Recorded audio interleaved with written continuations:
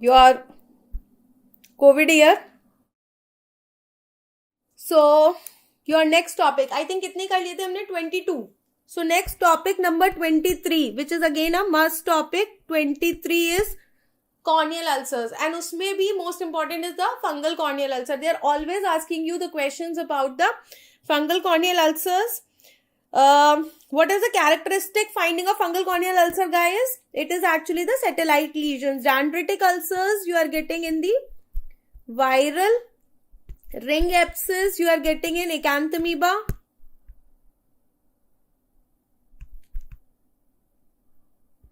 and hypopiones you can get in fungal, but it is also found in bacterial.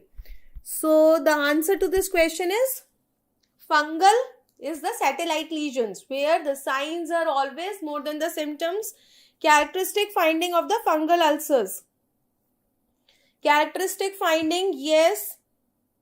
I think there is no confusion about it. Coming to the next one, ये भी मैंने हर बार बताया class में. Cystoid macular edema. Topic number 24 is cystoid macular edema. Which vitamin in the supraphysiological doses will cause the macular edema? So it is actually the niacin. You have to revise whole topic of cystoid macular edema, be it the etiology or the test that you are doing, the signs, the FFA finding, the flower petal appearance, everything. Along with this, you should know the difference between CSR and CME. Not only you should know CME, you should know the difference between CSR and CME. The difference between the CSR and the CME you should know. Next prerequisite for sympathetic ophthalmitis. This is your topic number 25. What is the cause of sympathetic ophthalmitis? I think this is a direct question. It is the penetrating trauma to the eye. So the next topic is sympathetic ophthalmitis. Rather, you have to learn about the ophthalmic emergencies.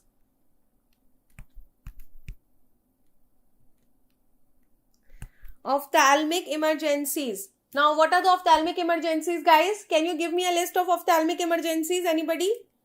Satvik? What are the ophthalmic emergencies? Acute congestive glaucoma, CRAO, sympathetic ophthalmitis, retinal detachment, chemical injuries, all these. Ophthalmic emergencies. Next. Which layer of the cornea? Next important thing, the layers of the cornea. This is your 26. Layers. Now you will say कि ma'am is telling everything to read. So obviously you have to read everything, but these are the subheadings in which you can revise. Like if I say whole of the cornea is important, then you do not know what actually is important in cornea. But if I say fungal corneal ulcer, the layers of the cornea, then you know what are the things which are most important. So this is your 26, the layers of the cornea. Which layer is important for maintaining the hydration? That you know is the endothelium, metabolically most active layer. So you have to read about all the layers. What is the outermost, innermost, which can regenerate, which cannot regenerate, the thickest layer, the toughest layer, all these things. Metabolically most active layer, vital layer, acellular layer. So you have to read about the layers of the cornea. Next, the presence of extra layer of cilia. If I have one more layer of cilia to the gray line, so we have two layers. Two layers is the distichiasis. When we have extra layer of the cilia posterior to the gray line, one more layer is there, then it is called as the distichiasis. Okay?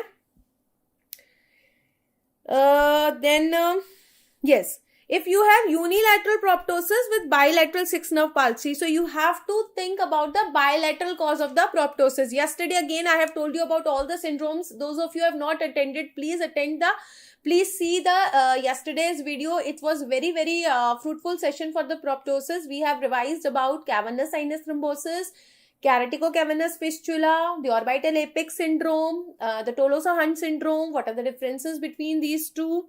So bilateral 6-nerve palsy will be occurring in the cavernous sinus thrombosis. Unilateral to start with, and in 50% of the cases you will get bilateral involvement. How will you differentiate it from keratoconus fistula? This will all come under the proptosis. I have already given you the topic of proptosis, उस topic of proptosis में thyroid eye disease, cavernous sinus thrombosis, caroticocavernous fistula, orbital apex syndrome, superior orbital fissure syndrome, everything will come under that. ठीक है, तो please do see that session if you have not seen it. Descemet's membrane, okay, yes. ठीक है. Shifting fluid sign. Shifting fluid sign is seen in the exudative retinal detachment. This is your RD, and RD again we have already done under the ophthalmic emergencies. Under the ophthalmic emergencies we have already done this retinal detachment. So you have to read all types of RD. Where do you get the Schaffer's sign, where do you get the concave RD, where do you get the convex RD, funnel shaped RD, the different causes, everything. Esotropia, this we have already done. Esotropia is associated with the hypermetropia. Then we have photo stress test. Photo stress test mein this is your topic number 24. You have to read about the macular function test. Macular function test. You have to read about all the macular function tests. Photo stress test is used to differentiate between the diseases of the macula and the optic nerve. When you want to differentiate between the diseases of the macula and the optic nerve, we do the photo stress test. You should know about all the macular function tests. We have got the Amsler grid test also, color vision is also there, visual acuity is also there. So we have got so many tests which are actually important for this. So one is the photo stress test. Next one. So I have already told you about the abnormal pupillary reactions. Your topic number 25 is your visual pathway defects. Visual pathway defects. Visual pathway defects mein what they are saying, we have got the homonymous hemianopia, but that is your incongruous. So even if they do not tell you the Wernicke's reaction, you know incongruous is actually found in cases of the optic tract. Wernicke's is also found in optic tract. So you are doubly sure. Wernicke's reaction, again they are asking you so many times. Incongruous, again you know only in the optic tract. So you have to do all the visual pathway defects. All the visual pathway defects are again important, guys. C किसका बताया था? Yes, macular and optic disease. Very good. So I think this is clear. Visual pathway defects, you have to go through all. Pie in the sky, pie in the floor, congruous, incongruous, bitemporal, binasal, है ना, heteronymous, homonymous, everything you have to do. What is this? Now see, this is a 65-year-old male with a history of diabetes and hypertension is there. And secondary deviation is more than primary deviation. So secondary deviation more than primary deviation means which type of squint? So it is actually the paralytic squint. This is again very, very important. This is your topic number 26. See, squint you have to read, but in terms of topics, you should know the actions of extraocular muscles. You should know the yoke muscles. You should know what is Hirschberg corneal reflex test. Then you should know what are the treatment of latent, comitant and incomitant.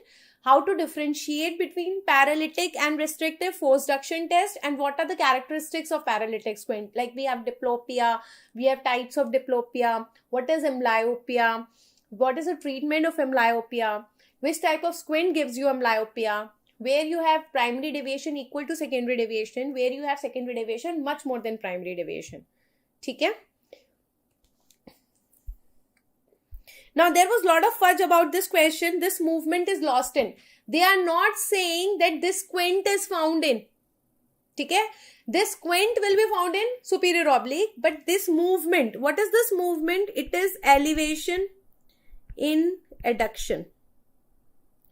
So, elevation in adduction is actually the movement of inferior oblique.